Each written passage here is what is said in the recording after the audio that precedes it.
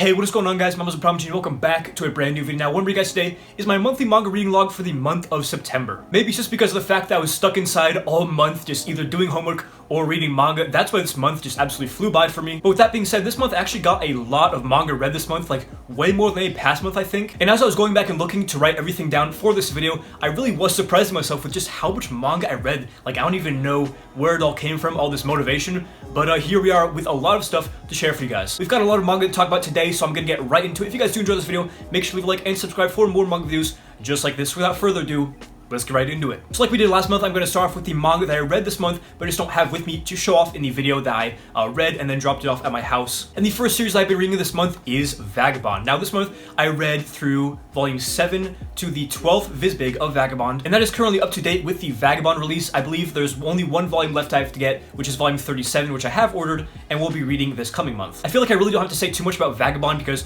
most of you guys are already acquainted with the series in one way or another, and you know that many people regard it as just a masterpiece. And while I wouldn't personally put it on this masterpiece level, 10 out of 10, I have to say it's one of the most beautiful manga I've ever read as far as the emotions and the artwork go. And certain characters like Kojiro, Musashi, and Hanmachi especially have just stolen my heart and become some of the most memorable and some of my favorite manga characters that I've ever read. And I really enjoyed the 12th Visbig especially because Musashi kind of puts down the sword for a while and just helps out this struggling village as they can't grow any crops. And throughout these 3 volumes, he learns a lot about himself, and it's really cool to see Musashi develop outside of just the realm of killing people and swinging around his sword. The next volume that I read this month is volume 40 of Berserk. Again, this is another series I don't really think I have too much to say on it that you guys don't already know, but Berserk is obviously one of the most famous and popular manga in existence, and I can finally say that I'm completely caught up to date with the physical release. I know there are some chapters that have come out that I can read digitally, but you guys know me, I hate reading digitally, so I probably won't read those until the actual volumes come out. Yeah, I've been very vocal about how I don't really like the newer Fantasia arc volumes that I did compared to the Conviction and Golden Age arc. Obviously, there's a little bit of dip in quality, but I feel the past few volumes that we've had, that being 38 through 40, I've really redeemed the series in my eyes. The characters I thought were being really annoying just stopped being annoying.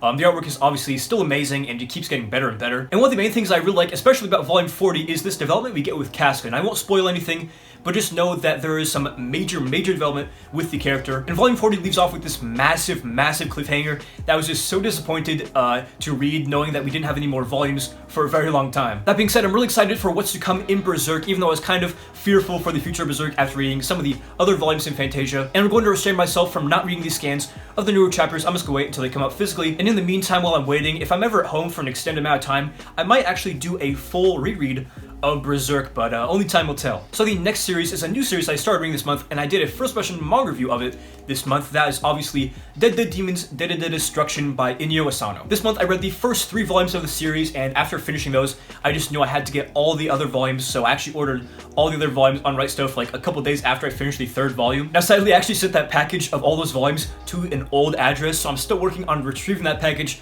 Hopefully I won't have just sent them to some random person. So for that reason, you're gonna see all those volumes in next month's manga haul, not this one. But as for what I read this month, I just absolutely loved it. And again, I did a first impression manga review of this series, so I'm not gonna rehash all those things. You can go and just watch that video and get a more in-depth idea on why I love this series so much. But this is probably going to be one of my favorite Inyo Asano works. I have very high hopes for this series as I continue, and I just hope that I can someday eventually get those volumes that I sent to the wrong address. And speaking of Inyo Asano, the next volume that I read this month, I actually just finished like an hour ago, is actually Nijigahara Holograph. Now obviously, since I just finished it, I don't have a completely well-rounded idea or things to say about this because first off, this is a super confusing story. Nijigahara Holograph is probably Inyo Asano's most experimental work, definitely pushes a lot of boundaries to say the least, and there's lots of symbolism that I just don't quite understand. I'm going to be looking up like articles or YouTube videos just to see if I can get a more deeper understanding of what this volume is trying to portray. And in my opinion, this work is actually more depressing than Goodnight Punpun. In my opinion, just the subject matter, it's typical for Inyo Asano, but just the way it's done in this one especially, it just made me feel really uncomfortable at times. And I just say as a warning, this one has lots of domestic violence, sexual abuse, suicide, all that kind of stuff. So I would only go into this volume if 1, you're a fan of Inyo Asano and you're kind of familiar with his work, and 2, if you're comfortable with all those things in a manga, because for many people that can be very triggering. But with all that being said, I really did enjoy this from what I understood, and I will be looking more into this series because it's definitely very interesting. But on a more lighthearted note, the next series that I've been reading this month is Grand Blue Dreaming. Now this month I read volumes 2 through 6. Grand Blue Dreaming is a series that offers me much needed relief in these hard and gloomy dark times that we live in currently, and I really loved getting to read this series every single day while I had volumes to read and just have a good laugh and just smile. It's just really fun to sit back and enjoy this manga and just reminisce on what college was like before coronavirus. Maybe minus the drinking and male nudity. But I guess it's because of those things that I'm enjoying Granblue Dreaming so much, so I really do need to order more volumes of the series to continue reading. I think we're up to like volume 10 or so I do have a few more volumes to catch up on.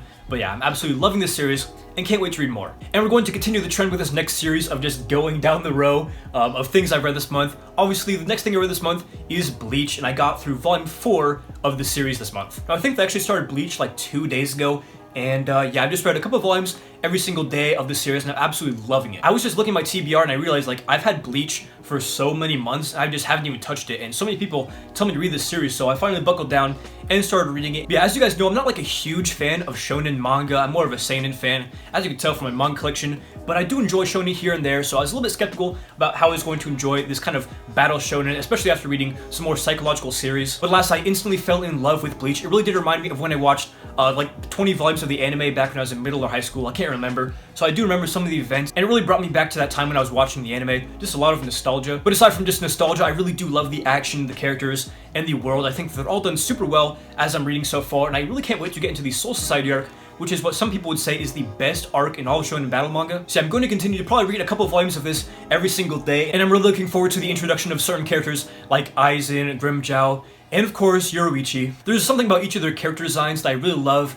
I can't really put my finger on it though. Yeah, I'm really glad that I started reading Bleach, and I wouldn't be surprised if I finished all 24 volumes that I have up here with me next month. And speaking of series that I've been meaning to read for a long time, and everyone tells me to read, but I only recently got around to this month, next thing I read this month is, of course, Monster by Naoki Urasawa. It is truly a sin how long I put off reading this series, especially with being such a high praise series, and one that many think is like one of the best of all time. And about a week ago, I decided I just couldn't put it off any longer, so I decided to take the dive into this series. And wow, this is one of the most insane manga that I've ever read, hands down. When the cover says Naoki Urasawa is Japan's master of suspense, they are not lying. That is completely true. In every single volume, I feel like there's just some twist that absolutely blows me away that I absolutely did not see coming. It's definitely the characters and the thrilling suspense that really drives Naoki Urasawa's works, and is the reason why they're held in such high regard by almost the entire manga community. Just seeing how Dr. Tenma's life went from almost being perfect to being a man on the run, kind of a fugitive, just is really interesting to see, and I think it makes Tenma a super cool character. I don't have much else to say about the series. Again, this is probably one that most of you guys have read and are very well acquainted with. But yeah, as a person who's only reading this for the very first time, I'm absolutely loving this.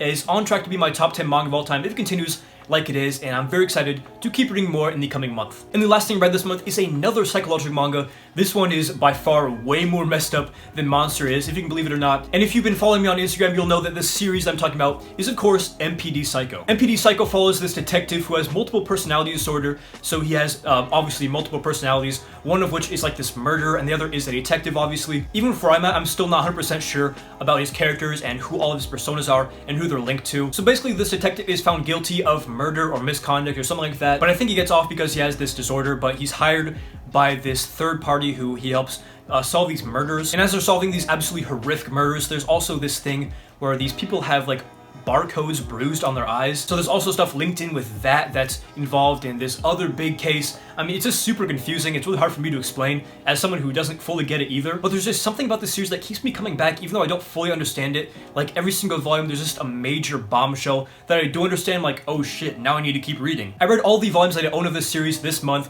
1 through 6, and I think that goes up to volume 11 in the English release from Dark Horse, but obviously Dark Horse will be Dark Horse, and the series is out of print now. And some of these volumes get very expensive, so I don't know if I'll continue reading this or picking it up physically or what, especially because I'm not like 100% invested in it. You know, I'm really interested by it, but again, is the price tag really worth a series to read that I'm not 100% sure of what's going on? I guess you guys will find out in my next manga haul, but as of right now, I'm not really sure if I'll continue reading this series or picking it up physically, but all I can say is if you're looking for something really messed up and really thought-provoking and interesting, definitely go check out MpD Psycho if you have a few extra dollars in your bank account. Anyways guys, that is all the manga that I read over the month of September. Obviously a lot of stuff, and hopefully this video isn't too long, but I really wanted to share all this amazing manga that I read this month. This is probably one of my favorite months for manga reading, just the amount of amazing series that I read this month, and the good news is that I get to continue most of this series in the coming month, so I'm definitely very excited for that. But if you guys did enjoy this video, make sure to leave a like and subscribe for more manga videos just like this. So yeah, this has been ThePromG. Hopefully you enjoyed the video, and as always, hope to catch you